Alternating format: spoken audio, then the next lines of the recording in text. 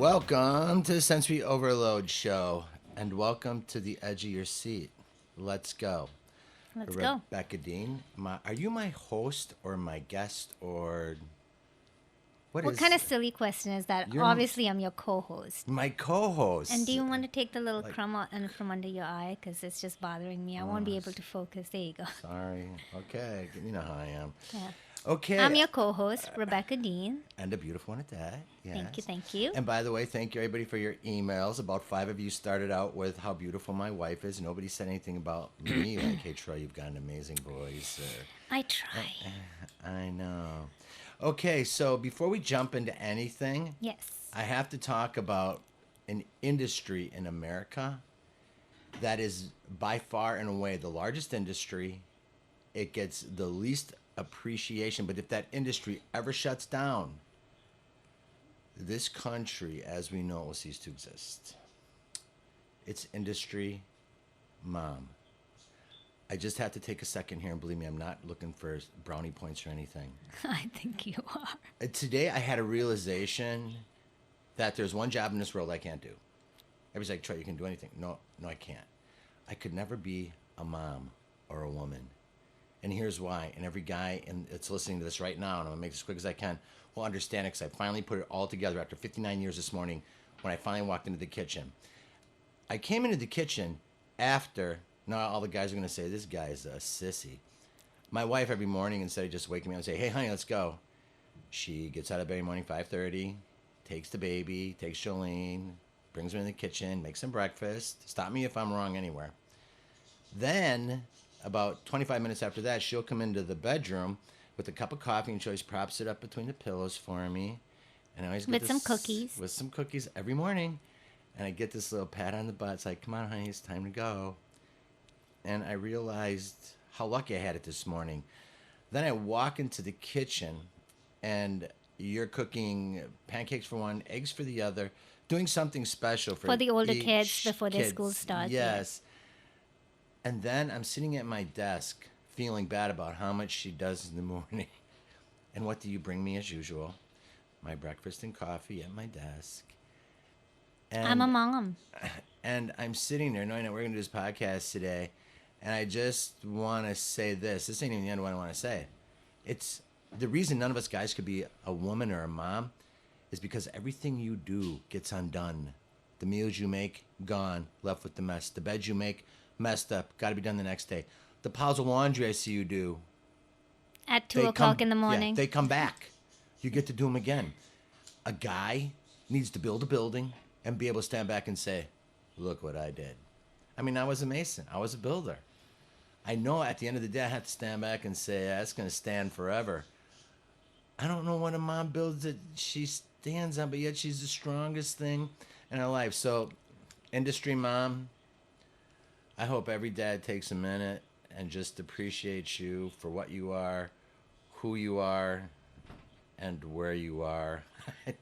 Congratulations. You're the most, you know what? Your wife is the most amazing thing.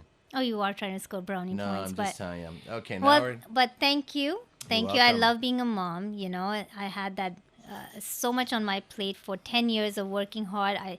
I did not have as much time to be a mom back then when I was running so hard. So I do thank you also for giving me this lifestyle where I can enjoy being a mom, even though I don't get sleep. I just want to thank you too and score those brownie points back again. See, I try Hey, by the way, I try to give do you a you like compliment my new- and you give it back to me. I do, because look, I found this.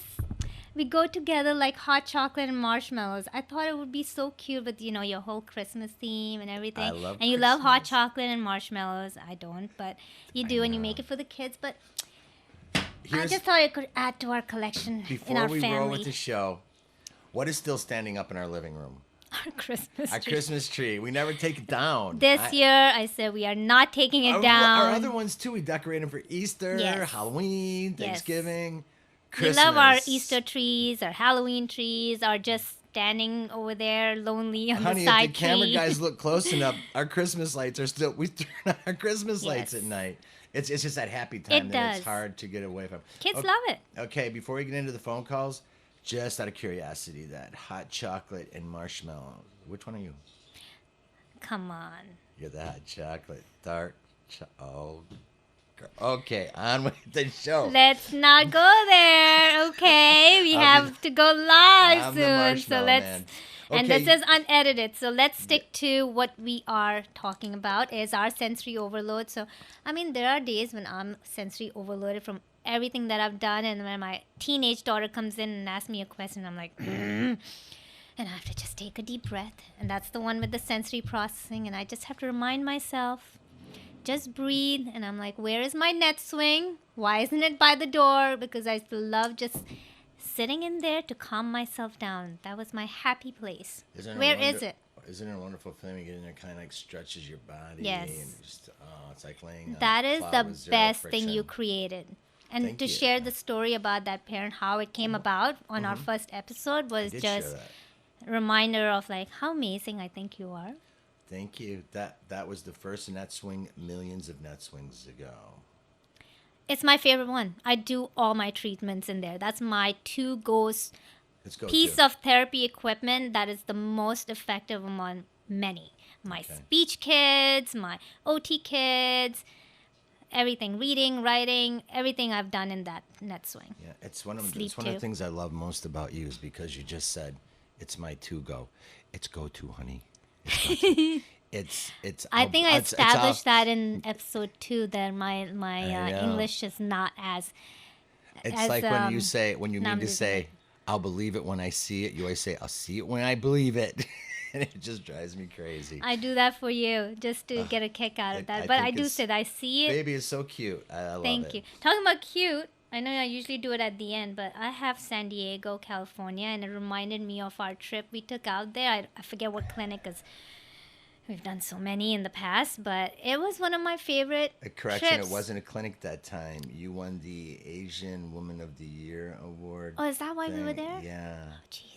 I You know, went that to- accident really messed with my memory. I know. I think I La lost. Jolla. We went to La Jolla Beach and we were watching the seals for hours. Oh, I love the Oh my gosh, this is why every cup seals. means And I'm not a something. beach person. I loved it there. I know, it was great. Again, we got to get on with the things we need to talk about, but this is how valuable every cup and every memory is. We're in San Diego. She's getting the Asian Woman of the Year thing, whatever, AS something. Yeah. And you've got so AIS. many of them, I don't even know. That's a sad thing. Next week, we're going to be switching the set around because we get some reflections, and the camera people said we're going to move it against the other wall. And they said you should put up like some awards and degrees and everything else. And I realized I don't even like to I talk don't- about it. I don't have any. So we're going to shoot against the wall the way it is. It has my Route I'm your 66 I'm signs your on- reward. You An are. award. You are. So, anyways, to end with this last story, so we're in San Diego enjoying the day, and as we're walking along, I know you're not going to remember this until I say it. End of a beautiful day. We sat on the cliff, drank wine, going back to the car. Do you know how much poop a seagull produces? It pooped in Rebecca's hair. I do remember that. And I had been carrying my Starbucks cup around all day because I don't know where there was any. There's no place to throw my Starbucks cup. So I'm helping my wife at this outside shower That wash was- the seal I poop do out of her remember hair. that. And this dad with 2 kids and a wife walks by and throws change into my coffee cup. All I could say was, "Thank you." It was every trip has had something. Yeah, it made What me a journey. realize. I'm like, hold on, are we dressed that bad? that Someone would You throw did too, change? right? I was like, "Babe, I don't have my shirt. I'm in my." I said, "That was so nice of him. We should just leave the cup out for a while." Yeah. But anyways, nice San Diego Cup. I'm Chris. I'm Polar Polar Express. Express today. We actually went and visited the Polar Express. The train which ride, was- yeah, that's always fun. Which I was don't know huge if fun. they will do that this year. Boo-hoo. Maybe they'll have the COVID Express. It's not even funny. I know. All right, let's go on with our show. Okay, on with the show. It has All right, to do it's with, unscripted. I tried to get out of you, hey, honey, what are we going to talk about? and I won't even tell you And because you're not going to tell me. yeah. It's just roll with the flow. So here we Yeah. go. I So- have my notes. Okay, so anyways, nothing. And anyways, Of nothing. This is a takeoff of last week's show, going back to the COVID, and here's why. We sent out a number of emails, which got shared with a number of people, which got shared with a number. We haven't even started yet, and the response has been amazing. Yes. It's like That was my line, even but thank pe- you for saying that. You're welcome. I have ESPN. I knew you were going to say ESPN, whatever. Um, it's amazing how much people say that we're in sync, and how many people are saying this is so overdue. This is not a show about being a doctor, being smarter than anybody else. Being what this is a show about is being exposed to everybody else. I have been exposed to the autism virus for so many years that it's Did you just become call a part of me. autism a virus? No, I'm saying You know because of how many COVID. parents are going to be like, "Oh, you No, can't come believe you on, call it wasn't autism a meant virus." that way. Okay, all the mean people can call in and say, "Oh, you were just terrible for saying that," but I know what you meant, but I just okay. want to make sure I clarify it. I'm sorry if I offended anybody. It has to do with the no filter thing and kind of being one of those people myself. It just doesn't really bother me. But here's what everybody's saying. It's the honesty level. That's exactly what I did right now. A couple emails have started out, and I showed you how beautiful my wife is. Thank you. Quit looking at my wife. I'm kidding. And that again, with this being so long overdue, but once I sent back the emails saying what our mission was, this is not just a show. This is the beginning of what I'm praying to God becomes the hub of communications. Yep. You know how many times I've said to go to AOTA and to see all these excited young girls can't wait to get out because, like I've always said, a therapist, a walking heart with a pair of hands and feet, and all they want to do is help for all the right reasons. These Right. girls go to school and college dreaming about the day they can take the hand of a child and know that it's not their job, it's their destiny to help that child. And that child is truly counting on them and that parent to help their child become a functional part of society. So their level of energy and excitement is up here.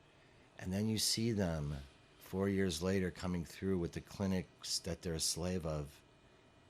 And it's all unhappiness because now they realize they just stepped into the real world of how I need to make money as a therapist. I know I need to make money, but it just knocks. Something's missing at that level. Something has gone astray. Yeah, And that's well- what we're here for. We're here to bring it back. We're here to get all the ideas again. We are truly at the dawn of a whole new, not era. You know what? Let's just call it the new situation, because after COVID, everything's going to change. I don't like the new normal. I want to go back to the old normal, but as much as I want, I don't think that's going to happen. And like I said in my last one, a lot of them are already seeing the smaller ones close their doors, and the people who have shown to be solid and are hanging in there and are doing all the right things, they're growing. They're putting in bigger gyms. They're gearing up for this, and we're happy to see it. I mean, we're just off of the people who received the emails that we sent out. A woman, I believe, from South Carolina. There's an ABA facility that really doesn't have enough space, and the OT facility has more than enough space. So instead of doing battle and instead of trying to figure out who wins the race, they're actually talking about coming together under one roof. That would be smart. Now you're going to have the reinforcement element. You're going to have the OTPT speech with the ABA. You know, I was just talking about that. When your OTPT speech and you bring the ABA model onto your platform swing, it's on your platform, it can be a rough transition.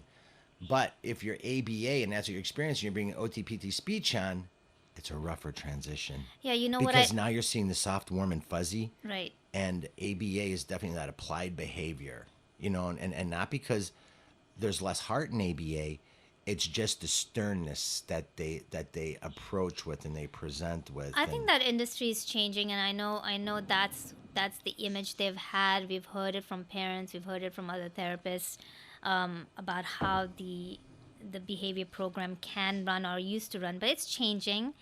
They are, learning and understanding more about how sensory can play into behavior.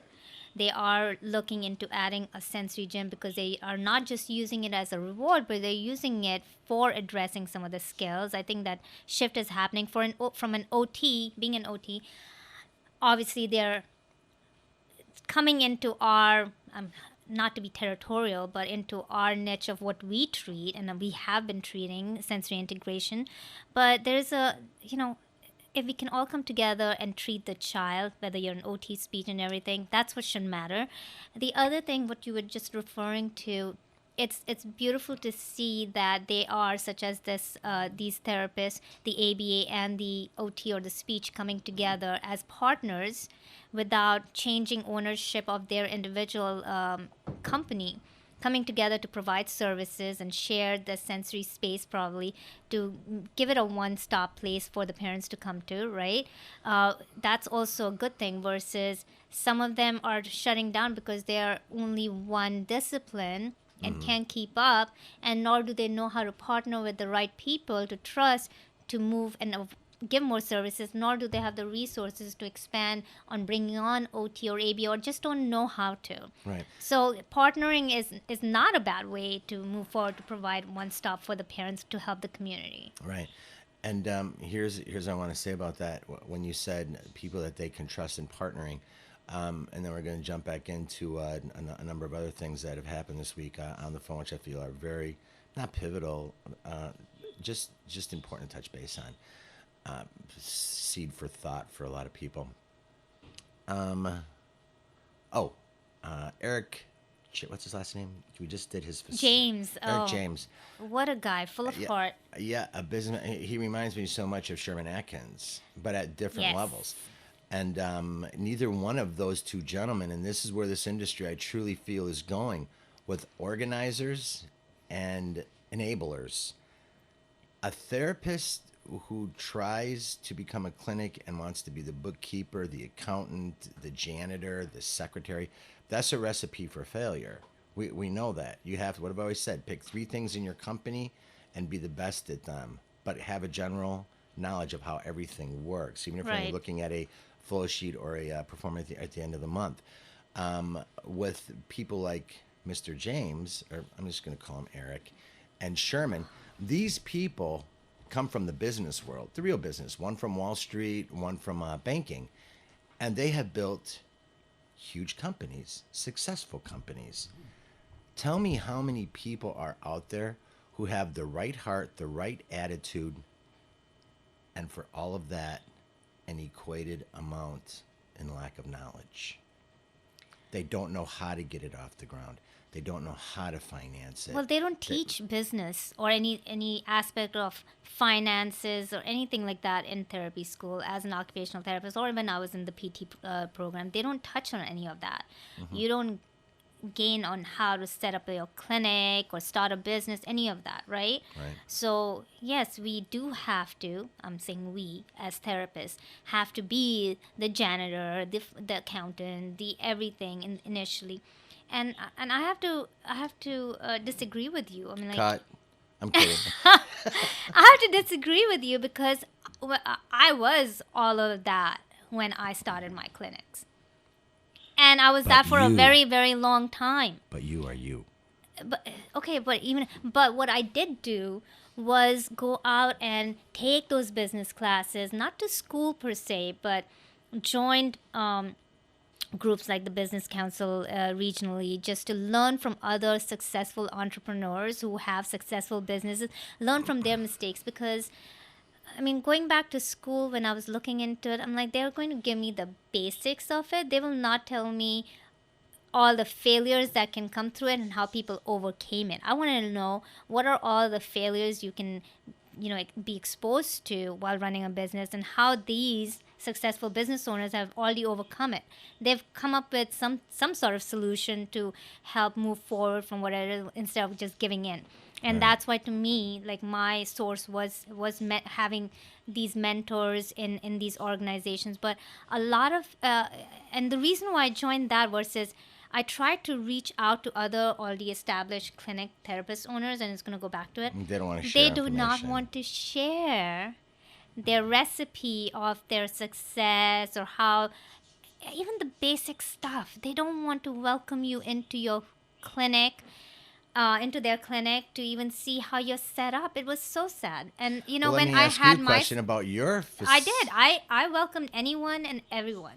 Anyone who reached out to me, who came, he said, "Hey, I heard you have a sensory gym, or I heard you have this program, and can I you come used and to send observe?" other clinic owners too, and we were Right. doing gyms They in New were Jersey. always welcome, because, and I was always available in whatever capacity I could to share whatever knowledge I have, because there's so many children who need services out there. I mean, if I can be a resource to anyone to start something in their area to impact more children, why not? Right.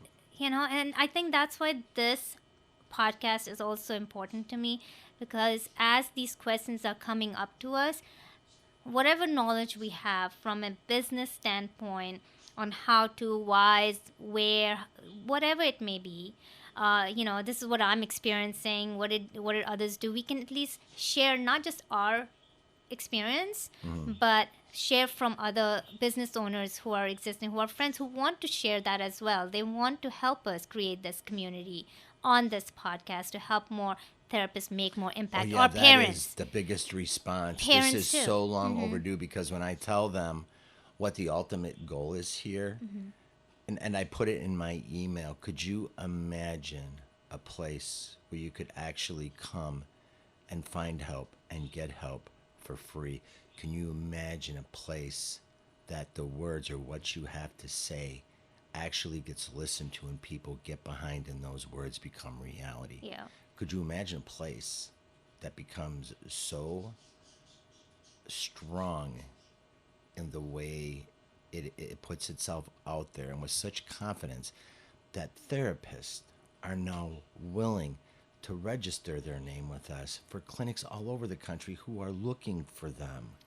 And if that clinic is looking for them and they are part of this organization, we've already verified them as being the kind of, we're calling them regional clinic picks. If you Right. become a regional clinic pick, you're a facility that we visited, Yeah. that we went to, that have had dinner with Or you. we know their that back end you- story we as to know- what they're and trying we to know do. thousands of them that are already looking to pour into this. But Yeah. the organization behind this, it was a great idea. Let's just do this and have everybody get involved with it, so everybody knows everybody. 'Cause when you look at the occupational therapy industry, it looks this big, but at the end of the day, It's very small. it's this big, Yeah. and everybody knows Everyone. everyone. In So some capacity. at some level, Except I didn't know about you after all. Remember?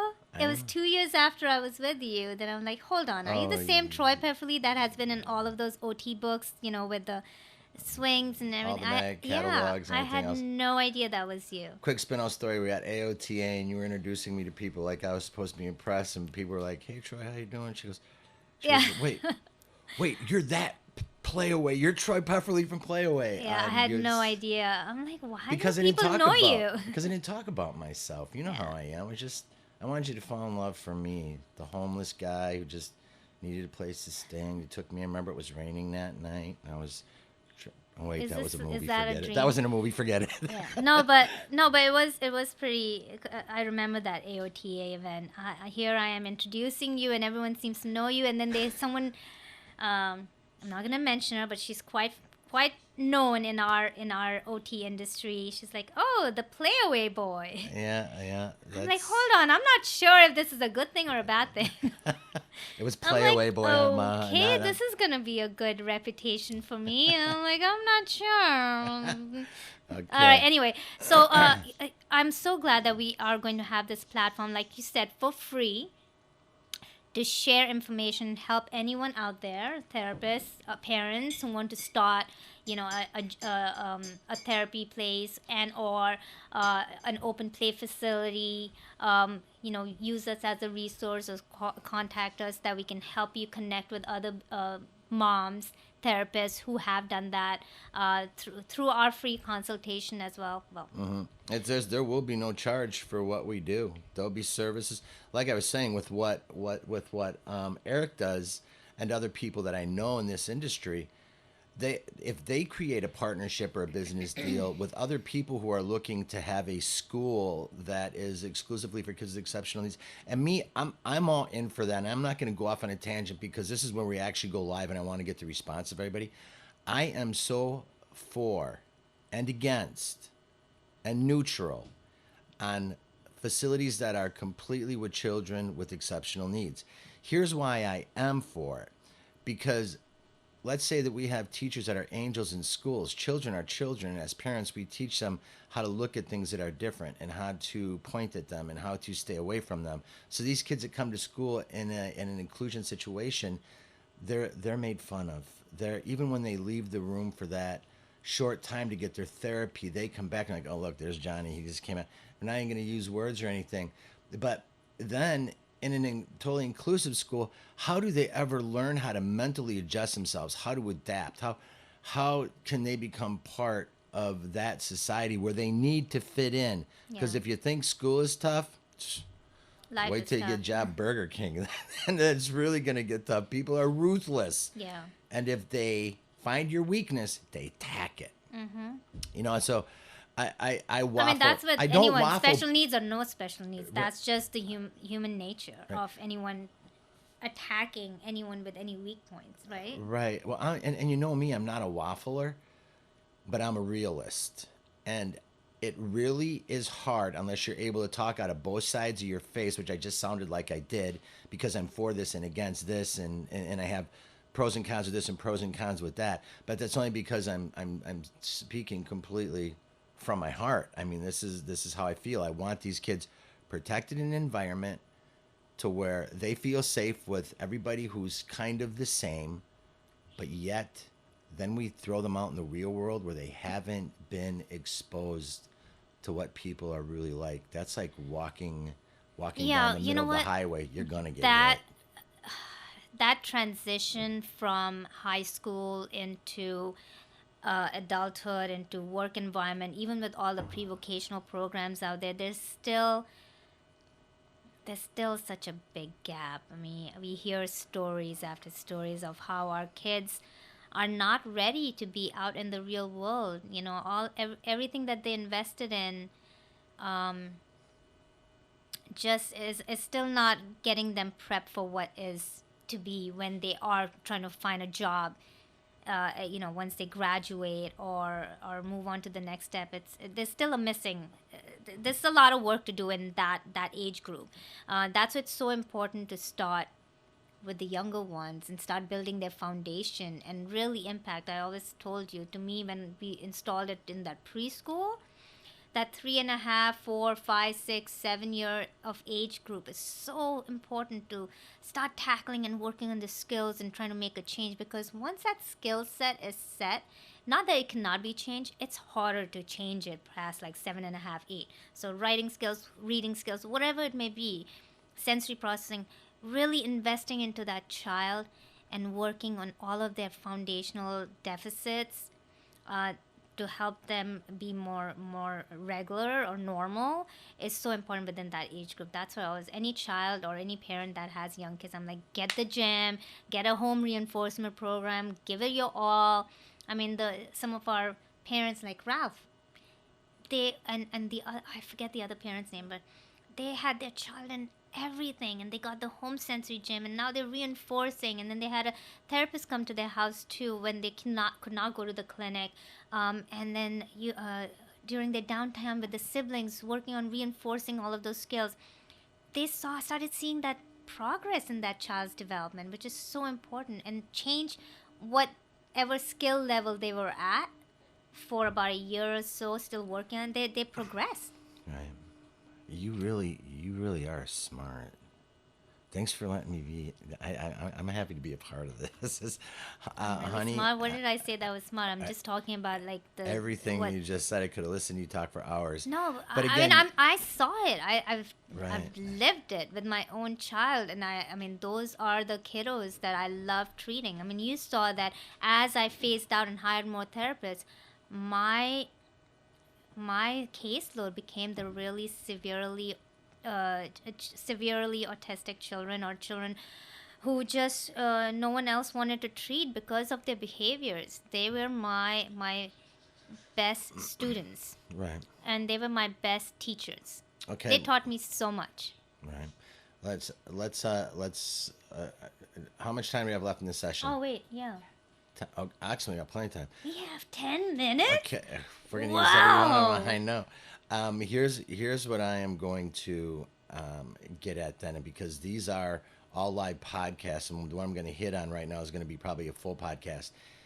The difference you noticed between, and I'm only going to say this as a businessman, the difference you noticed between working for your company or in your company. What would your advice be to anybody starting a clinic and what the financial differences were? I know what they are, but can you just kind of put it out there a little bit, the difference between running your business and being an OT or running your business and moving it forward? What enabled you to help more kids? You as a therapist or you as an owner? Because I think so many good clinic owners who are great therapists angst within themselves. But I've been in this industry forever, but I can't give the definition from behind your eyes. You can. Yeah, you know what, Troy? I think it's a mindset, right? So, I mean, some therapists. Okay, I'll just use me as an example. When I first started out, and I left that school where Crying. crying. That's the story that we're going to tell someday. Someday, not you, right you now. felt like a parent that nobody understood what you were trying to achieve for these kids. A great story. Okay. Yeah. Enough. When I decided to start my own clinic, I was in my head, not even thinking a clinic. I'm like, I'm leaving this. I want to start treating children because I know I can make a difference. And this is what a lot of therapists truly feel. Was that the first time you thought about that, though? Was it that made you do this? Was it? Were you I was tired of being dictated by my supervisors, by the administration of how what I graduated from school to do, and had shown and proven the impact of certain programs which was not recognized then, such as a yoga, therapeutic yoga. I tried to implement with these children with an autistic class, and they said, no, it's not going to work. Why yoga? Because the balance, the coordination, the exercises, that program that I put together, it was more from just not a yoga recreational meditation standpoint. I incorporated exercises that involve have you heard of Brain Gym? Mm-hmm. A lot of crossing midline, a lot of reflex integration class. So I created a program that was working on these foundational sensory kids, and for the first time after like my third session, this child who they said, oh, it's not gonna work, vocalized and imitated, repeated the same kind of actions back at me. To me, that was just like, oh, I was in tears.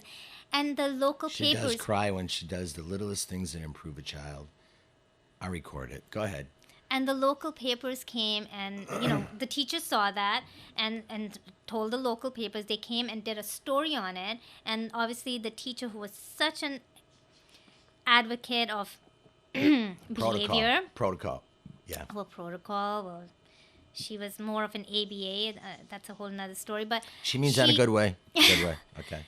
She was not happy, so she created a lot of chaos, and the administration did not stand behind what these children were progressing through this program. Instead of that, it was very political, very whatever it may be. But I was disappointed. I was disappointed that my supervisor did not stand behind me. I was disappointed my administrators did not stand behind proven data to show that this was making an impact. So I decided to just say, hey, so many parents were like, you should, why don't you treat my kids? I just did not have any time. I have kids and everything else.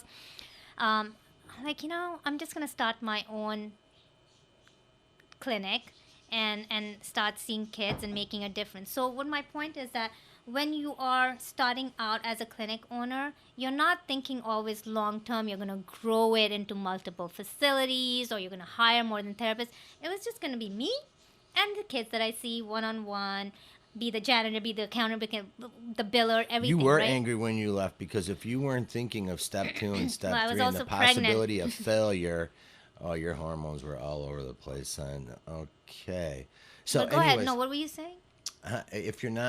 If you go into business that blindly after being that upset, it's almost like shooting from the hip. But when you're that confident in your aim, I guess it's not that scary of a thing. It's hard for me to put myself in your shoes. And you know how I am. People will talk about things until nothing gets done. Me, I never talk. You just take action. I do it. Yeah, you just take it. Yeah, So it sounds to me like you did the same thing, I but here's thought the it and I difference. did Here's it, the yeah. difference. If I fail, I wreck some wood. If you fail, you wreck a life. Yeah. You know, so I'm saying that the collateral the damage is so huge that I would be scared to death if I was a therapist under the protection of a school, clinic, hospital, whatever, another clinic, to go on my own and then do something wrong. The exposure is so tremendous. I can't believe none of that was in your forethought. It You were wasn't. just like, I just I'm want- going to help these kids. But that's what I'm an saying. A army lot of us, one. yeah, a lot of us therapists are not having that thought. I feel, at least, it's all about how can I help that child.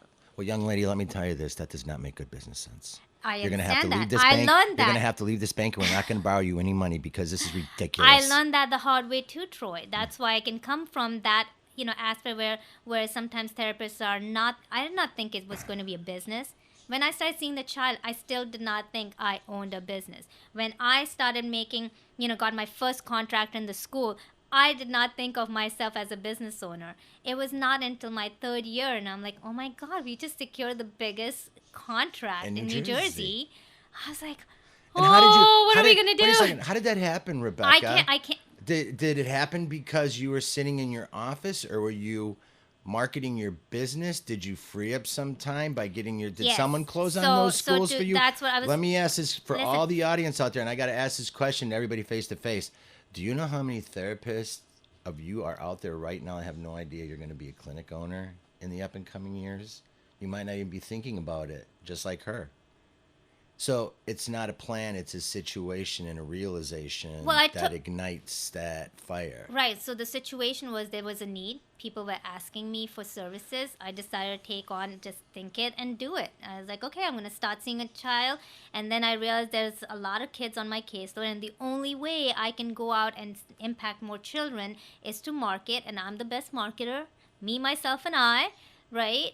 To tell them about my services compared to all those other clinics out there.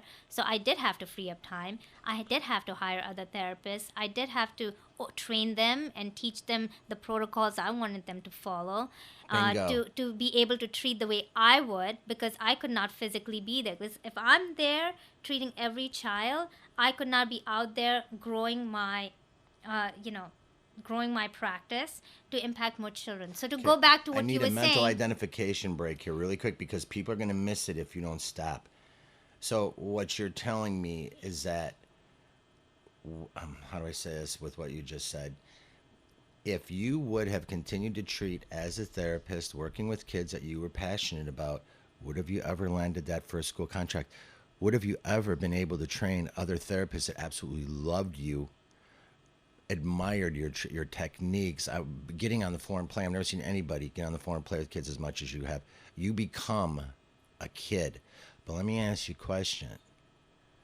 Could have you helped as many people if you would have stayed the I'm in the trenches OT, this is my clinic, I'm working with 4 kids a day, than you did when you realized, hey, I've got to step out of this and I've got to see what else I can do to expand, broaden my horizons, and to train people to be like me in likewiseness? Latter, exactly. So if I would, I did not even have an office. I did not spend my money investing into a nice office, a nice desk, a nice thing where I can have my interviews and anything. Everything was invested into how to impact the children, which was, again, hiring the therapist, making sure there's not a lot of table activity time as an OT, meaning floor time. Kids love to play. They learn through movement, not through sitting. Get organized, then work on skills at the table. So that was different because a lot of places, even at school therapy, you're required to work more on sitting skills and focusing skills. And guess what? The kids are in school all day. Right. Do they really want to come to the clinic and be in a chair and table all day too? So my methodology was a little bit different, and I felt like, okay, this is teachable. I could teach this skill. And once I started teaching other therapists and making sure they're following that protocol, I felt safe to free up more and more and more of my time, that I could go attend these parent groups locally to find out, hey, what's going on? What are the challenges? I could spend some time on social media to read up and saying, oh, what are parents talking? What are they dealing with? How can I be an asset to them? Go and show up and let them know about my services, my way of doing things. And so they would trust me, build this trust.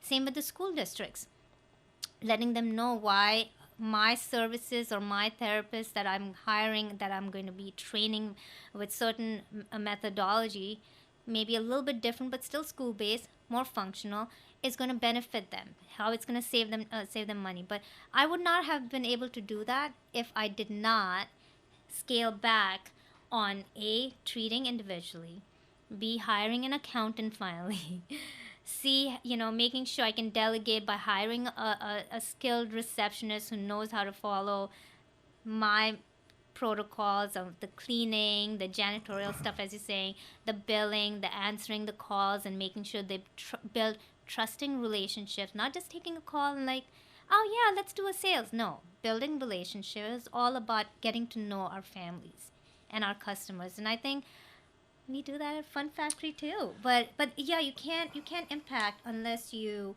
free up yourself. So to a lot of those therapists who are probably thinking they just want to have that one-on-one impact, I want to be small, if that opportunity arises and there is a need in your community and you want to make more of a difference, invest time into a space. I mean, not to plug in the sensory gym, but if you don't, I mean, what is going to work? You can plug in I know, Sensory Gym on. but Fun parents Factory, are not Fun going to Factory. come and say, "Oh, do you have a great office that you can take an interview and let me do the eval?" No. Are they going to come and look at like, "Oh, look at the colors of the wall or the lounge that I can relax while my child's..." No. As a parent, I want to go Your into the waiting room was treatment so room. small that you took the Oh, yeah, child no. and there was no place to sit. Yeah, no, my parent room was strategically designed so that You parents didn't are really even forced... want them there, did you? Who? The parents. Well, You didn't no. want that child to be able to run out and know that their parents were there. You wanted them to see their parents leave the building while you were taking them into the gym. So they knew they were yours. Your kiddos. Not really. I mean, it was designed so that the parents knew that they could not just sit there ideally. Like I created a space where outside they were forced to start communicating. I wanted parents to build a community with each other, because they are so isolated. They don't have friends, or, so they are going to a place. So they were positioned in a way where the kids felt safe to go in with our therapist, and then the parents could be called in towards the last few minutes of the session to see what our therapist is working with the child, right? And also learn what activities they can do with them at home. But that's what the parent would see, not the waiting room, not our our office space where the executive director is sitting, but they would be coming into the therapy room. And if this therapy room has this amazing therapeutic system, the sensory A gym, Fun Factory Sensory Gym. a Fun Factory sensory I remember gym. working for you. Yes, because the first thing they come in when they see a Fun Factory sensory gym, like, wow. That's why we call them OMG Sensory Gyms, Right, because what is the and first thing everybody says? OMG. Oh my God. Yeah. Yeah. It's so... I'm such an advocate for so many reasons, because, yeah, I used to have a space with my mats and my therapy balls and whatever tools I could use as a new clinic owner. Right. And Before it the wo- gym, you had to put things together to Of create course, a session. yeah. And it worked. It's not like it didn't work for the child. But, when the parent is coming and we're teaching them, like, oh, at home, why don't you get a ball and work on this skill for this and that? It was harder, and... I'm getting a high sign over Oh. here, so we're Oh, going to sorry. have to. But Okay, I do okay. have to say this. I do want to end this. But I want to. Come But, on. you wait, ended hold it. on. But when I they never were get my way. when they used to come into the gym, there was such an excitement in their face, and it's so important for me to share that, because if they're excited, your child, verbal or nonverbal, can sense, hey, my parent feels safe and is happy in this environment. I'm safe and happy in this environment. The kids would come in week after week, so happy and so excited and so eager to work. So that gym allowed that to happen. That's all I want to Do say. you guys see how excited she gets when she starts I talking do. about kiddos and I therapy miss and treating treatment? kids. Again, I'm the business end of this, but I do have to say this in closing. the reason, you know, the reason I picked your gym. The day I was calling you to tell you that there was a much, much bigger facility that we had I know. already committed to. Which I think you might be doing You- pretty soon. We're doing them now. 7-10 years later, maybe. Rebecca thought she had swiped me off as she just started treating a little boy. Oh, that story. Okay. Yep. And I listened to her treat for almost 40 minutes. She ran a 40-minute session. Creeper. I can't help it. I had to make sure that I was making the right decision. This little boy, by the time Rebecca was done, I was almost in tears. She had taken him to New York, Central Park, the Statue of Liberty, and they never left the clinic. And that little boy was leading the story by the end. So the next thing I did was hung up the phone, and I went in front of my planning committee, and I said, we will be doing Rebecca Dean's clinic. You just had so much heart. And you know how I'm a big kid? I fell in love with you because of your passion for kids. It matched mine. And I just every time I hear you talking like you just talked about the kids you work with, it just reignites me. So thank you very much for keeping that part of me alive, Rebecca Dean. Well, thank you for reminding me of all the special moments. You're Because, welcome. that'll I think be they need another to be thing. shared. It's like, There's so many people out there that get discouraged. And again, this is not just a place to come for information and help and to hire and to get references on things. This is a place to come to reassure yourself that we're all human beings. Yeah. And some of us, I hate to say, are born to do this. Some of us are born with that kind of heart. It's not that we want to do it. We have to do it. And we are done, I guess. So we will see you on the next episode. Episode 4, right? Or 3? Is this 3 or 4? This one Who's was counting? 3. This is 3? So, see you on episode 4 on sensory. Oh, wait, the camera's over there. See you on episode 4, Sensory Overload, with Rebecca and Troy. Try. Let's go. For what? Say, see you later? Sayonara. I was waiting to see what you were What going do you to always say? How about I say it in Indian this time? Oh, there we go. Everybody, check it out. Here we Khuda go. Hafiz. What is half is? I'll take the bigger half. What half? Goodbye.